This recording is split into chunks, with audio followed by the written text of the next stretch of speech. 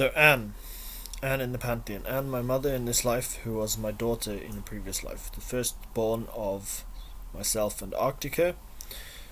She was thus in an esteemed position. She would be leading the house in Arctica in the same. We had the same model with 6 rooms within the sacred area, the sacred cathedral, which would later be like a sacred village on Arda.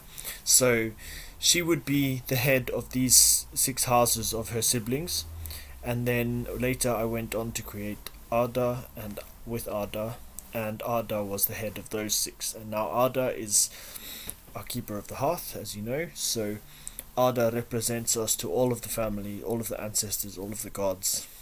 Our pantheon, it's our connection to the Hindu world, to the Celtic world, and to the expanse in between. So to the Germanic world I have a particular connection, but because the Germanic became disconnected and the Godis and the Jarls got a bit mixed up, and the Jarls took on the role of the Godis, and before that the Godis had already had a different role from the priesthoods before them. So anyway, this is a tangent, but this is dedicated to Anne. So Anne was goddess of beauty who decided that she would be a goddess of inner beauty, which I'm very proud of, but I don't think that she needed to shatter the crystal in such a show. But her crystal was a beautiful trinity of white, the most beautiful of our crystals. We had 1, 2, 3, 4, 5, 3 on the right, 2 on the left. So 6 crystals, including her. That makes sense with the 6-fold model. Hers was the most beautiful of all, and then she split it into something which didn't look like much, but it was potent. It was expansive, and it was green. I think a slightly different shade, but green after the color of Arda. So obviously she liked something that Arda had done. She walked with me on the face of Arda. We had a moon on Arda, which I think was called Luna. And I think Luna was one of her sisters from her sisterhood on her plane that we created for her. And her plane, I think, is associated with Japan. So I have past lifetimes in Japan where her and I were associated, where I was her son again. So if you don't know anything about Japan, Japan has these gates, torii gates, which are gates to other planes. So Japan, each island used to have a separate plane of its own, and it used to be composed of many smaller islands. Some of them sailed away, and some of them merged together. So again, this is a big tangent, but this is something very interesting about past lives and about the history of our planet, as well as who knows how many others, because Earth is not alone in being an Earth. Never mind not alone in the universe. There are lots of alien species all around us. Many of them are humanoid. Some of them are other horrible, disgusting shapes and forms, but many of them are humanoid. Humans are not exclusive to the humanoid type, and many animals have similar capacities and have structures of their own. So within their spiritual community, because higher life forms have souls, lesser life forms all have spirit, and they're all joined to the spirit of every other one of their kind. So each new life grows, the spirit grows with, even if it's a primitive life form, even if it's an advanced life form. With each new life the spirit grows, but the soul is unique to an individual. So again, lots of tangents here, but this is supposed to be a video dedicated to Anne. So Anne is the goddess of beauty and the goddess of inner beauty, because she was initially the most beautiful, and then she decided to shatter herself to take on to take a journey to become the goddess of inner beauty. So that was so important to herself that she would shatter herself.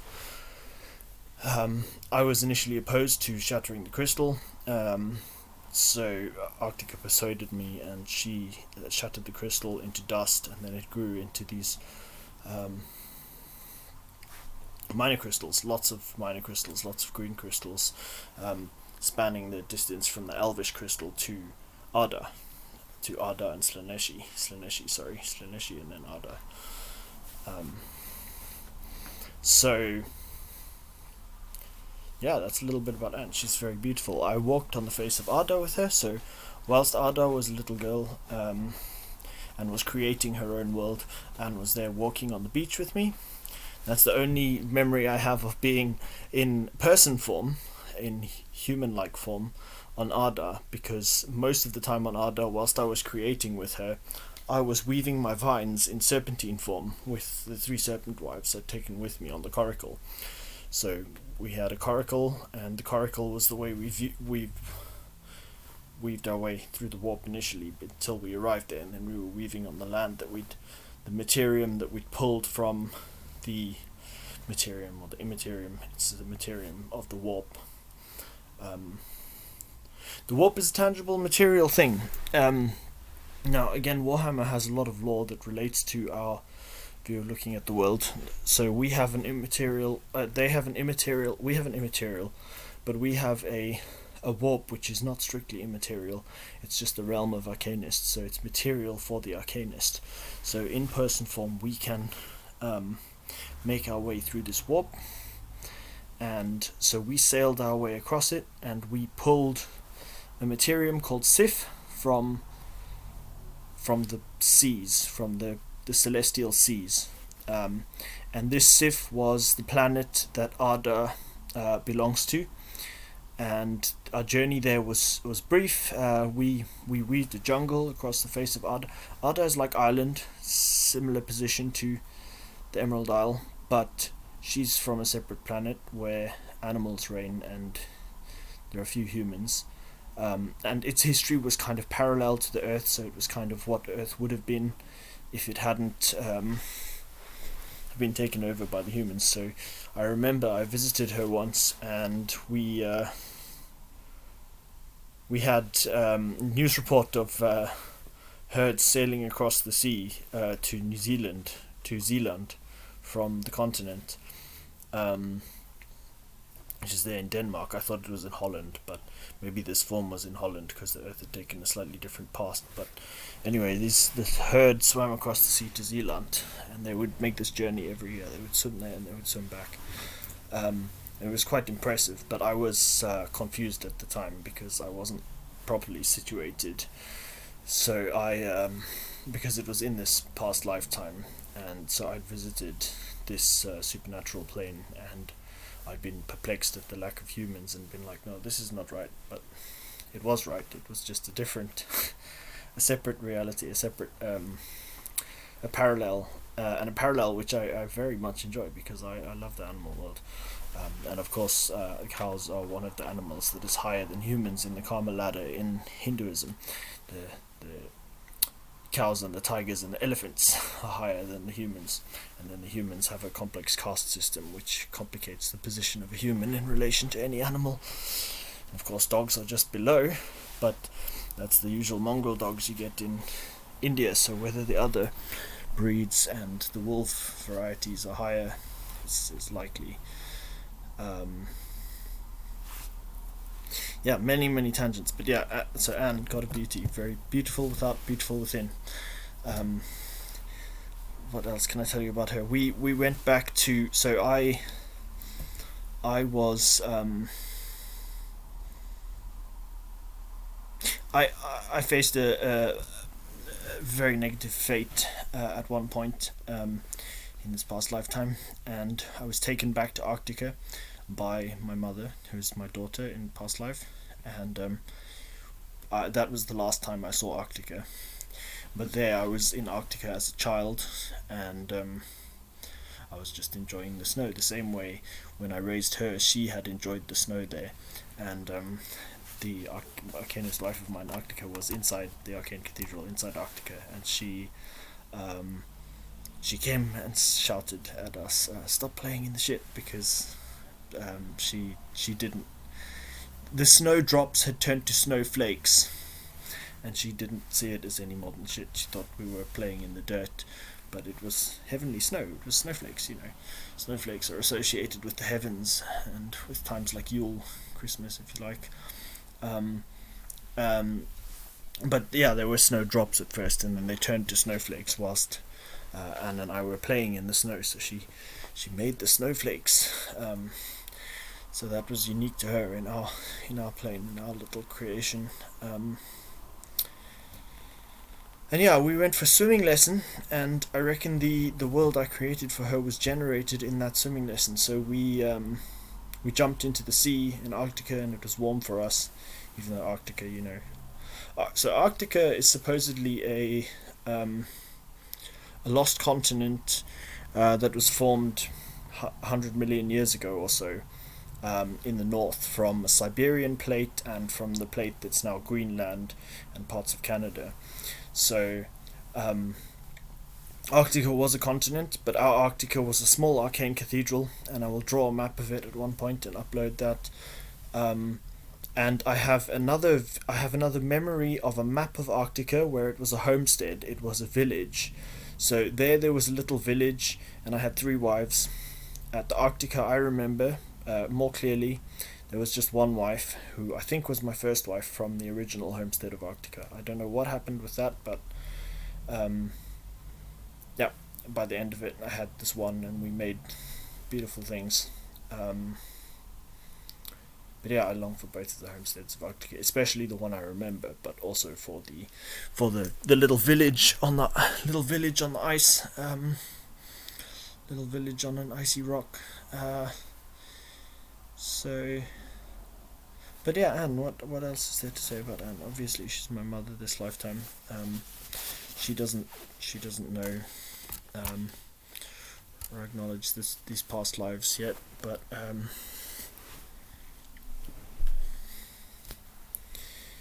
yeah, it's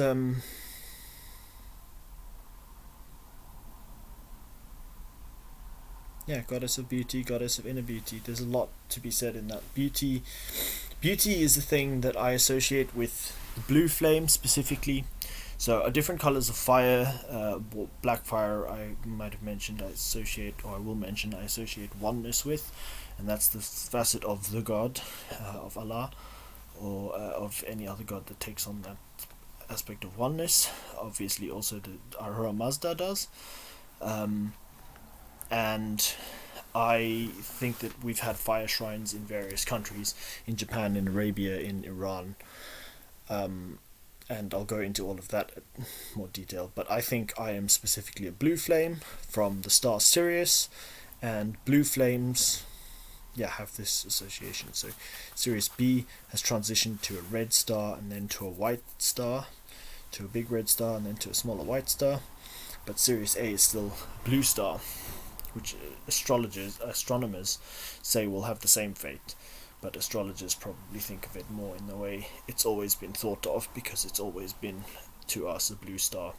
So whether it will change into a red star, I can't say.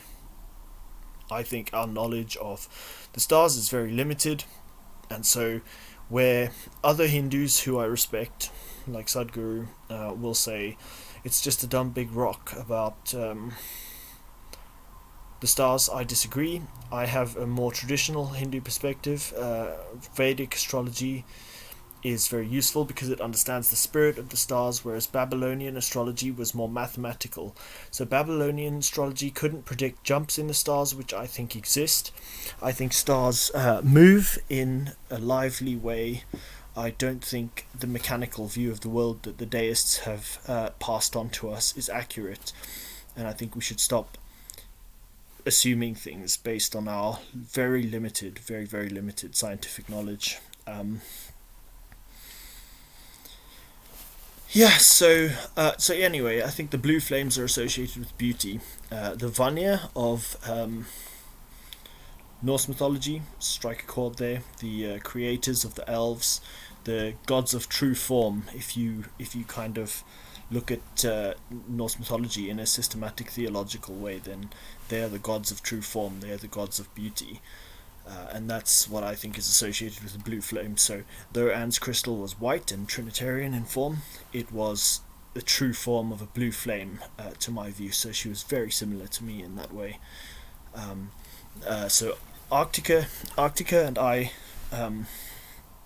we had a separate lifetime, an earlier lifetime, where we spoke a Haussprach of German, and we were husband and wife, in a German magical community, where I was second only to the master. The master went off into the mountains to pray, left me with the community.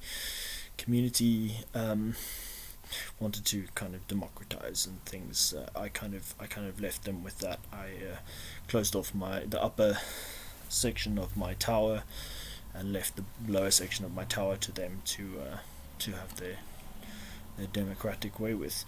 I'm not sure where the Bohemians and the Yiddish fit in, but I know that they were part of the downfall of that magical community.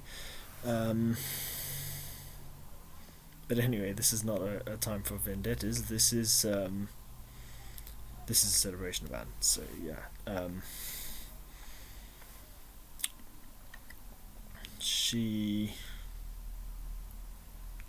she had, like I said, she has an association with Japan. The Japanese islands were originally, as I understand it, hers. The Sea of Japan is hers.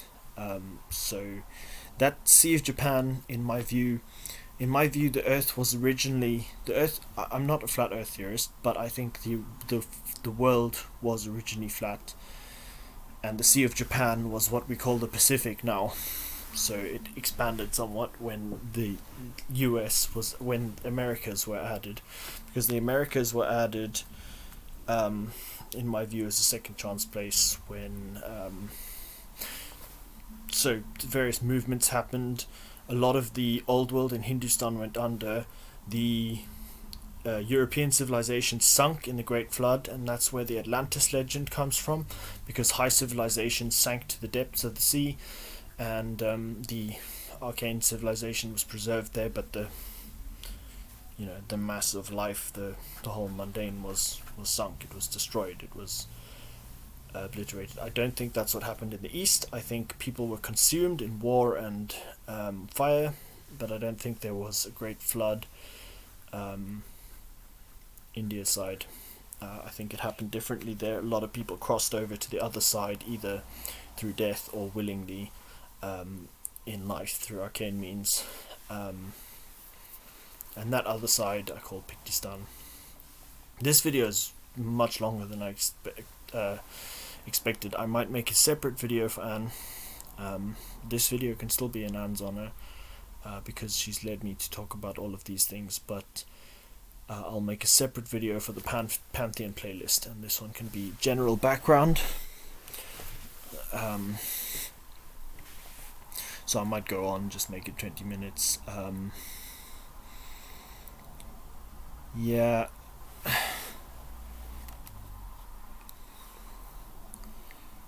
Yeah, I don't know. I think the Aryans came off the glaciers anyway, so a little bit like our transition from Arctica to Arda. We sailed away from this arcane cathedral we built in the glacial heights, and then we founded a jungle. We founded a jungle with a meadow, we did the island thing, but the way it looked then was not the way it looks now. So yeah, this is gonna be a whole separate video. Sorry, I've gone back quite a lot, back and forth, but I have so much more to talk about. Some of this stuff I was a bit cautious to talk about because of how it may appear, but I've got to the point where I'm happy getting it out there, and the truth and the whole truth. And then if Smitty catches up with me and gives me a little slap, then I can say, right, Smitty, I got it wrong. But for me, this is Smitty. This is the memory I've received since my spiritual awakening. And